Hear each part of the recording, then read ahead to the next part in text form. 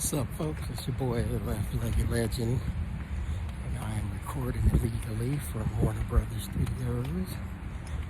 This is my first day as a paid actor, as a grown man.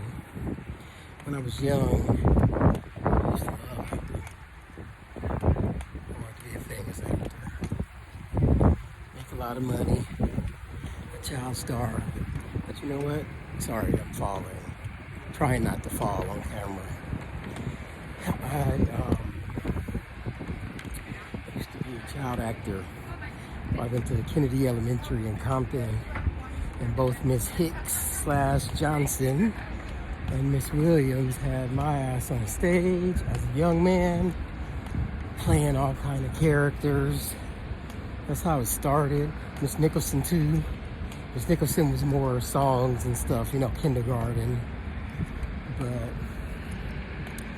I was started like that. My first 12 years of life was me, 6 years of the first 12 was me getting on stage and acting my ass off. And then all the way through high school, I went to acting class, but that didn't come up nothing, just my parents paying money. And if y'all know parents like I know parents, especially my African American parents, with a home in Compton, were like, that's a waste of time and a waste of money. I'm driving you all the way to Hollywood and you ain't getting shit. You ain't made no money. You ain't got no jobs. So I went to college and continued the tradition. Morehouse College in Atlanta, Georgia. Did some coronations. So I love coronation. I still go if I can. If I get there early enough in the week. They moved it too early in the week, Morehouse College. Sorry, I'm tired, I'm fat and walking, but I gotta walk. And I didn't bring my cane because I don't care what y'all say about me being unstable. When I walk, it feels good, I feel stable. About as stable as a person with one leg, one stilt on one leg. Or one platform shoe on one leg. But anyway, went to college, I acted through college. When I left college, I should have stayed in Atlanta, but I didn't. I came back to LA. For some reason or other, fate had it. So anyway, I was gonna go into acting, but I hated sitting on set all day. I felt like you didn't get paid enough. You're just sitting there, and I was an actor, so I was all serious about my shit. Being sensitive and stuff, and so I just stopped doing it. And at some point, I became self-conscious, about 24, when people would ask me to act or do something. I was really self-conscious about it. I started reading my poetry more, but I wouldn't act it out because my poetry was hella literary. Shakespearean stanzas and tersa rima, iambic pentameter and shit. So I wasn't getting up there reading it like a Saul Williams or, Jessica Care Moore. My shit was more like the Bard. All right, Bandarapo Sute. That wasn't Shakespeare. That was Beowulf. The first line, I think, of Middle English. Anyway, sorry, I digress on my nerd shit. But anyway, so I stopped acting, and my stage became a classroom, and I had to learn to love that. I started teaching at 22, and I liked the idea of performing in front of a group every day. But I didn't love teaching until I was about 31. That was when there's a couple of times I lie. I found the special ed classroom in 1996. So about 2 years after I started teaching, I fell in love with the special ed classroom, not necessarily teaching because I still wasn't very qualified to teach. Although I was teaching kids every day, I didn't know what the F I was doing. So I loved the special ed classroom. I didn't love teaching yet. And then about 7 years after that, in 2003, when I had to fight to become a teacher again, and I got a special ed class, then I loved teaching. And so after that, for about really not that long, 8 or 9 years of teaching was what I really loved. So I worked half my career, 9 years, just not liking teaching, and then I worked the second half in the classroom, loving being a teacher with the hardest students in the world. And then eventually promote to vice principal, principal. I should be an assistant superintendent right now, but that's another story and a whole nother vlog. You're gonna have to like and follow that one later. We're gonna call that one "Calling the Police on the Police." Anyway, I digress again. So anyway, I have worked a whole career.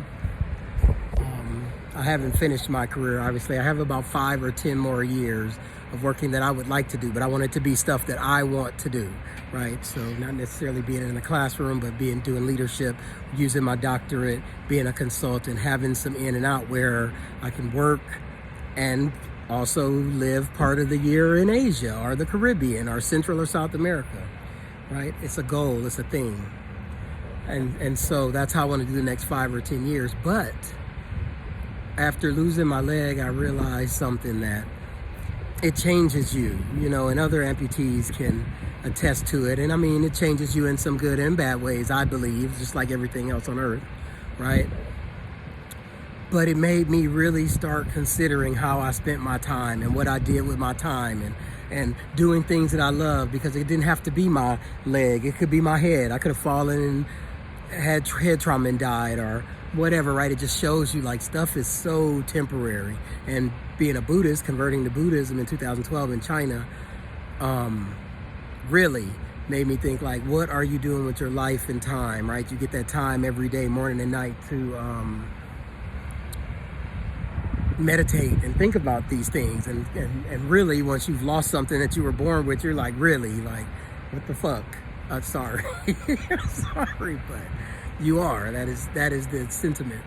So anyway, I decided that I was going to not get back into acting, because I haven't tested to see whether I am self-conscious about it anymore, or if I could actually do something. I really would love to get back on the stage. That is where I thrive. But that is why I'm here today, because I'm working in the background. Used to call them extras. I don't know what they call them now. Background actors is the word that keeps getting tossed around. But I started wanting to do that because just to be on set, if I get to choose when I go to work and I can manage my resources well, then I won't be doing it for the money. I'll be doing it for the love of that 14-year-old kid, that this is all he wanted, right? This is what I saw for my future. I never wanted to be a teacher. I can't stand teachers. Ask any of my students. I am the anti-teacher. I'm against all the other teachers. So it really, it's not that. I feel like I'm a great teacher. I'm a great teacher in the sense that I engage and connect with my students. And of the thousands of students that I've had, in my classroom or as part of my school, as whether I was the principal or vice principal, will tell you that I'm either their favorite educator or the best educator they had. So, and I'm confident of that. I would say about 75%, people are welcome to disagree, but I've been told so many times by students and parents. And I keep going back to that because that has been my career. That is how I have valued myself, as going into these hoods and prisons and placements and court schools, alternative schools, special ed classrooms, and rural areas, where they needed Dr. Johnson to come in, both with leg and without, or with leg that wasn't really useful, on some crutches or a cane, or, so a couple schools I rode into in a wheelchair. And to now be able to do something I love, because I can actually get up and walk. I can go from the studio to the commissary. I can make it, right? And yeah, I take my breaks. I sit in beautiful spots that people walk by and neglect. when they work in a place or are used to being in a place, I get to see those spaces. I literally get to stop and smell the roses. But I've taught myself that. I've taught myself to do this, to stop and smell the roses, because I'm never in a rush no more. I got one speed, my speed. And if that's too slow for you, I'm sorry. I got one leg. I'm using that till the day I die, till I ain't here no more. I got one leg. So you want me to rush? I don't rush. I'm sorry. One of the things that I lost with my leg is my motivation to rush for you. So, but it's given me a new lease on life.